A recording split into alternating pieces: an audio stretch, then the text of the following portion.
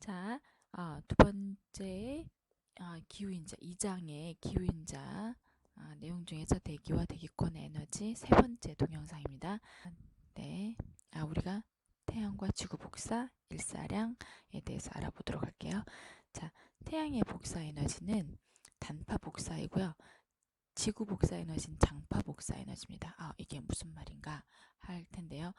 파장, 즉 태양의 복사 에너지는 파장으로 이루어져 있습니다. 그렇죠? 이 파장 중에서 파장이 짧은 것을 단파 복사라고 하고요. 긴 것을 장파 복사라고 합니다. 태양은 스스로 열을 내죠. 그래서 이렇게 뜨거워진 태양에서부터 오는 복사 에너지는 파장이 굉장히 짧고 대신 에너지의 강도가 높은 단파 복사입니다. 지구는 스스로 열을 낼 수가 없죠. 그렇기 때문에 태양으로부터 에너지를 통해서 데워진 지구가 지구 우주 밖으로 지구의 복사 에너지를 내보냅니다. 이때의 파장은 굉장히 파장이 깁니다. 길 장자죠. 장파 복사 에너지라고 하고요. 그래서 파장은 굉장히 길지만 에너지가 굉장히 힘이 약합니다. 그래서 지구의 복사 에너지는 장파 복사, 태양 복사 에너지는 단파 복사 이렇게 이해하고 넘어가면 좋겠습니다. 자, 이 그림을 통해 좀 더 설명을 자세히 할게요. 자, 이 그래프의 X축은 파장이고요. 세로축은 복사의 강도입니다. 이걸 보면 우리가 볼 수 있는 광선 이 가시광선이에요. 빨주노초 파남 뭐 무지개 색깔이죠. 이 가시광선할 때 가시는 생성가시 할 때 그 가시가 아니라 가능할 가짜 볼시자 우리가 볼 수 있는 광선 구간이다 라는 뜻이에요. 그래서 약 0.4에서 0.7 마이크로미터까지가 우리 눈으로 관찰할 수 있는 구간입니다. 그러니까 우리가 보는 것만 나는 믿겠다 이렇게 생각하는 많은 사람들이 얘기하는데 사실 우리가 볼 수 없는 구간이 훨씬 더 많다는 것을 우리가 이 그림을 통해서도 알 수 있어요. 예, 그래서 이 빨간색 붉은 적자죠. 빨간색 바깥을 적외선 그리고 보라색 자자 보라색 바깥을 자외선이라고 해요. 그렇죠? 그래서 자외선은 울트라 바이올렛 보라색 바깥쪽이다 해서 UV라고 하죠. UV 코팅 그렇게 되어 있는데 울트라 바이올렛 UV가 바로 자외선을 나타내는 것이고 적외선은 바로 이 빨간색 바깥이다 라고 생각하면 되겠어요. 근적외선 가까운 데는 근적외선 먼 데는 원적외선. 자, 여기를 보면 우리가 가장 강도가 높은 곳은 0.47 마이크로미터 즉 가시광선 구간 중에서도 파란색과 초록색 그 사이 구간이 가장 강도가 높다고 볼 수 있습니다. 요 아래 곡선 아래 면적이 바로 이 복사의 강도를 나타내는데 태양 복사 에너지의 중에서 약 7%가 자외선 구간입니다. 이 곡선을 적분한 거죠. 자, 그 다음에 가시광선이 약 44% 정도고요. 적외선 중에서도 근적외선 37%, 원적외선이 11%, 그 이하가 그 이상이 약 1% 정도로 태양 복사 에너지 스펙트럼이 구성되어 있습니다. 태양의 에너지가 일정하지 않은 이유는 지구가 평평한 평면이 아니라 구이기 때문에 그렇죠. 태양으로부터 오는 에너지가 직표면의 수직으로 도달하는 에너지가 바로 태양 상수인데요. 그래서 지구는 태양으로부터 오는 에너지의 약 4분의 1 정도 밖에 실제로 받아들이지 못한다라는 것을 알 수 있습니다. 그리고 또 한 가지는 알베도 효과라고 하는 건데요. 알베도는 태양으로부터 오는 복사 에너지가 얼마나 반사가 되어서 지구 표면 바깥으로 돌아가는지를 나타내는 상수예요.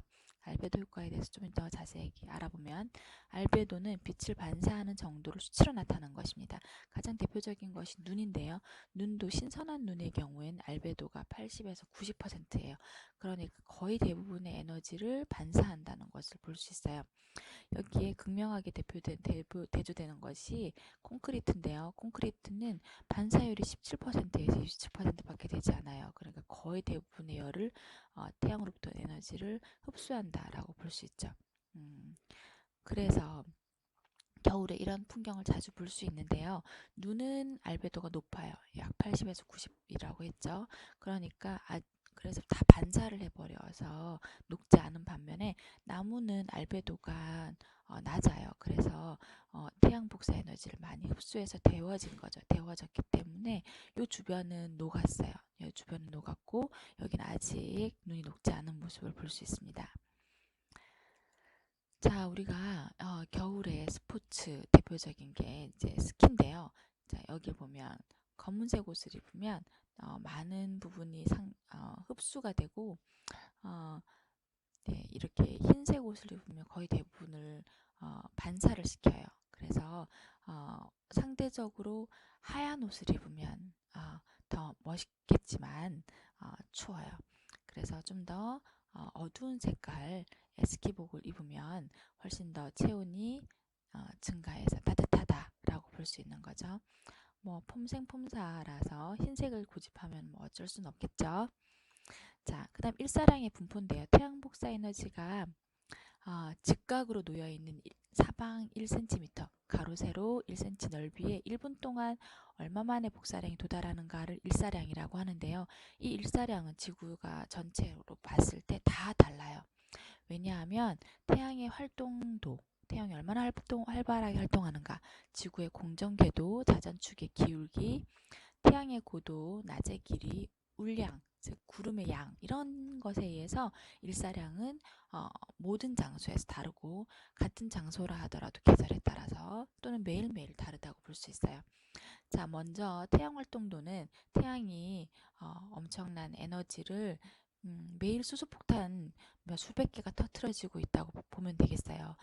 이런 태양에서 죄송합니다.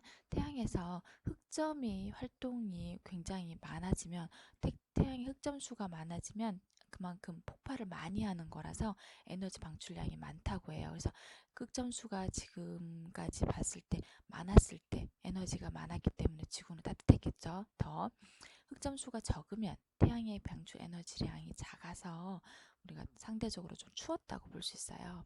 그래서 태양의 일사량의 분포에도 영향을 미치는 것 중에 하나가 지구의 공전 궤도인데요. 가장 가까운 지점이 근일점이고요. 가장 멀리 떨어질 때가 원일점입니다. 근데 지구 북반구를 기준으로 봤을 때 가장 원일점, 태양으로부터 멀어지는 때는 실제로 7월 4일, 즉 가까워지는 것은 근일점일 때는 지구 북반구를 기준으로 봤을 땐 1월 3일 정도입니다. 가장 가까워집니다. 그런데 1월 3일 날 북반구 가장 따뜻한가요? 그렇지 않죠. 남반구는 물론 좀 계절이 반대니까 다를 텐데, 그래서 태양으로부터 지구가 너무 멀리 떨어져 있기 때문에 조금 가까워진다고 해도 얼마 그렇게 차이가 나지 않습니다. 그렇죠? 그래서 지구의 공전 궤도도 영향을 미치긴 하겠지만 아주 결정적인 요인은 아니다라고 볼 수 있습니다. 다음에 일사량의 결국은 가장 큰 영향을 미치는 것은 자전축의 기울기다. 23.5도 지구가 기울어져 있죠. 그래서 태양으로 받는 수직광이 동지일 때는 북반구는 겨울이 되겠고요.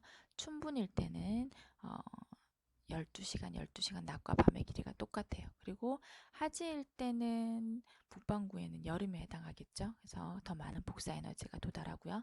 그 다음에 추분일 땐 다시 6시간, 12시간, 12시간은 밤낮의 길이가 같아집니다. 그쵸?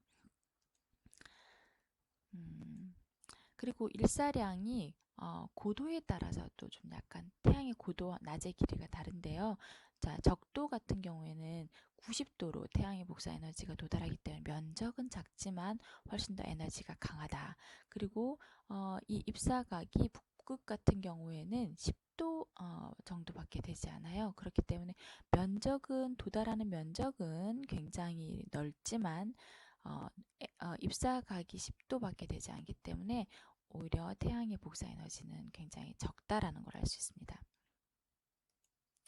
그 다음에 일사량의 분포에 영향을 미치는 요인 중에는 북위 40도를 기준으로 봤을 때 태양의 고도와 낮의 길이가 영향을 주는데요. 태양의 고도가 하지 때, 여기 보면 하지 때는 태양의 고도가 굉장히 높죠. 동지 때는 태양이 여기서 떠서 금방 지고요. 밤의 길이가 더 길고, 그쵸? 그래서 낮의 길이도 짧기도 하고요.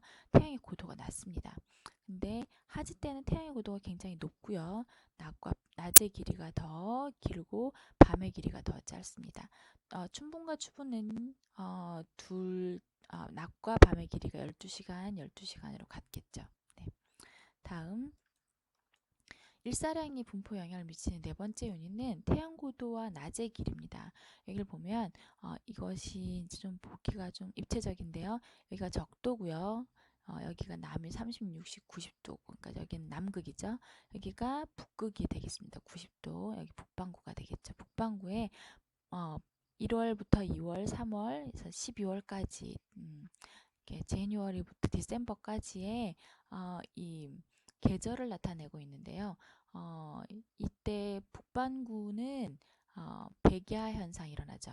이 북극은 그쵸? 북극은 66 여기는 그래서 낮이 태양이 지지 않는 거죠. 낮이 24시간 반복이 되고요. 그 다음에 반대로 여기는 남극은 24시간 동안 밤인 거죠. 일사량이 없다는 것을 알 수 있어요.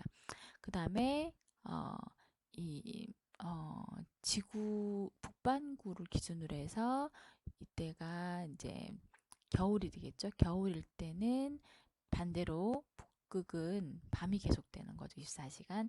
여기는 백야가 계속 되는 거고요. 그래서 이걸 평균으로 했을 때 적도 지방이 가장 연중 높은 일사량을 나타내고 있어요. 글을 보면 그래서 당연한 얘기겠죠. 그래서 적도가 일사량이 많기 때문에 덥다라는 거죠. 다음 울량 다섯 번째 마지막 요인이었는데 울량은 구름의 양입니다. 구름의 양 일사량에 영향을 미치는 요인 마지막인데요. 어, 여기 시베리아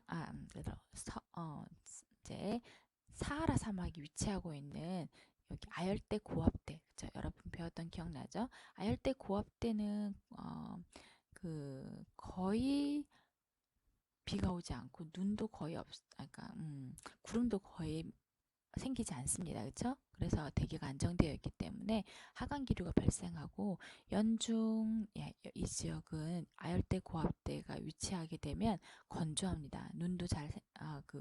구름도 잘 생기지 않습니다. 그렇기 때문에 태양의 복사 에너지가 그대로 들어올 수 있기 때문에 상대적으로 더 덥습니다. 그래서 적도 지역보다는 사실 열대 고압대가 위치하는 곳이 구름이 적기 때문에 즉 울량이 적기 때문에 가장 가조 일수 그러니까 해를 볼 수 있는 일조를 기대할 수 있는 시간이 그 시간이 가장 길어요. 그래서 여기가 사실 상대적으로 이 지역이 더 적도보다 위도가 높지만 구름이 적기 때문에 더 온도가 높은 지역이 이 지역일 수 있죠. 네.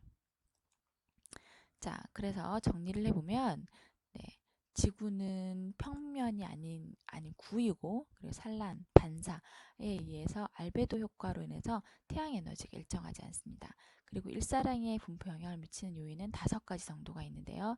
태양의 활동도, 그다음에 지구의 공전 궤도, 자전축의 기울기, 태양의 고도, 낮의 길이, 울량 등이 일사량에 영향을 미친다고 볼 수 있습니다.